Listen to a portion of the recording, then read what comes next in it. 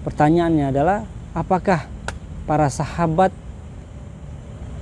lantas bertanya-tanya, apa manfaat puasa?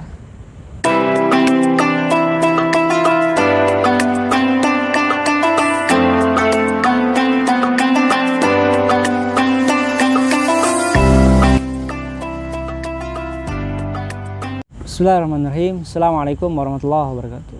Alhamdulillahirrabbilalamin. Allahumma salli ala Sayyidina Muhammad wa ala ali Sayyidina Muhammad. Qala Allah ta'ala fil Qur'anil Karim, a'udzu billahi minasyaitonir rajim. Ya ayyuhalladzina amanu kutiba 'alaikumusiyam kama kutiba 'alal ladzina min qablikum la'allakum tattaqun. Shadaqallahul azim. Alhamdulillahirrabbilalamin. Sahabat channel Palembang Bersyariah yang dirahmati Allah Subhanahu wa taala.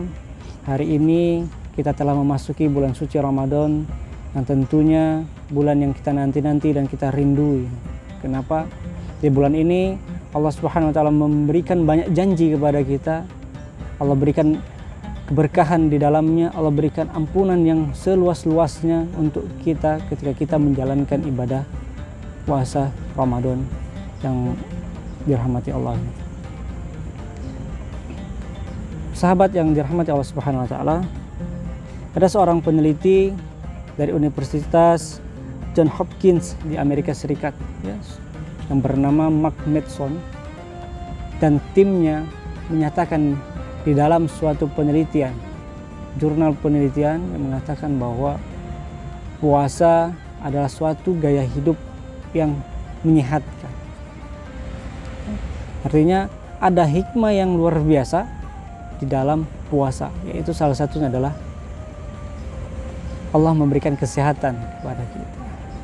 Lantas demikian, apakah pernah Nabi SAW menyatakan hal tersebut 14 abad yang lalu?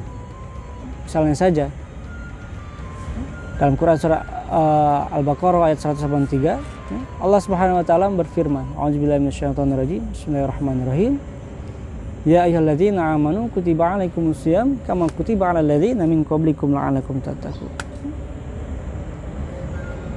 Sahabat yang dirahmati Allah, ketika perintah Al-Qur'an dalam Al-Qur'an surah Al-Baqarah 183 ini turun melalui Nabi Muhammad SAW,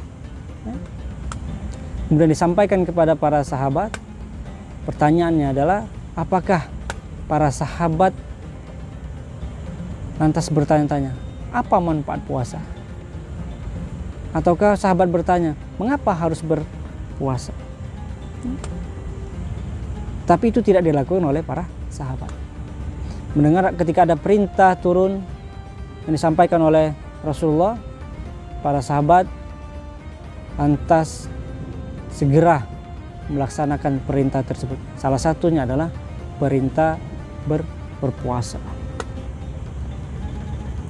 Maka kalaulah seorang peneliti tadi saja bisa menggali hikmah dari berpuasa, tentu Allah Subhanahu wa taala dalam syariatnya tentu ada maksud tertentu.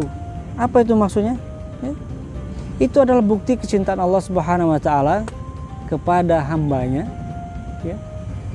untuk apa? Untuk hambanya itu taat kepadanya, tentunya melalui syariat yang sudah tercantum di Al-Quran. Pertanyaan adalah, apakah Al-Quran ini sudah kita praktekkan dalam kehidupan sehari-hari? Allah Subhanahu wa taala berfirman dalam Quran surah Al-Baqarah ayat 2, A'udzubillahi minasyaitonirrajim, Dzalikal kitabu la raiba fihi hudal lil muttaqin. Allah Subhanahu wa taala menurunkan Al-Quran untuk orang-orang yang beriman, untuk apa? Sebagai petunjuk.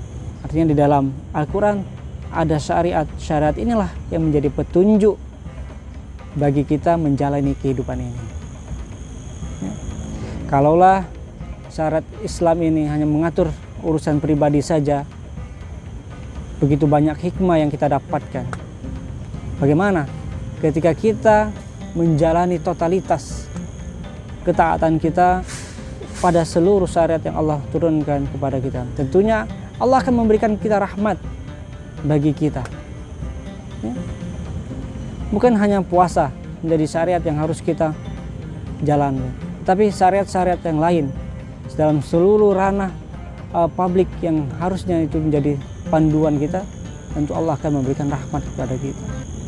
Allah gambarkan di dalam Quran surah Al-Anbiya ayat 107. A'udzubillahi minasyaitonirrajim. Wa ma arsalnaka ila rahmatan lil alamin. Tidaklah aku mengutus engkau wahai Muhammad supaya menjadi rahmat bagi seluruh alam. Artinya ketika kita mampu menerapkan syariat Islam bukan hanya dari ranah pribadi saja, namun seluruh aspek kehidupan kita, insya Allah Allah akan memberikan rahmat dan hikmah di balik itu semua. Mudah-mudahan dengan turunnya perintah puasa ini bukti Allah cinta kepada kita.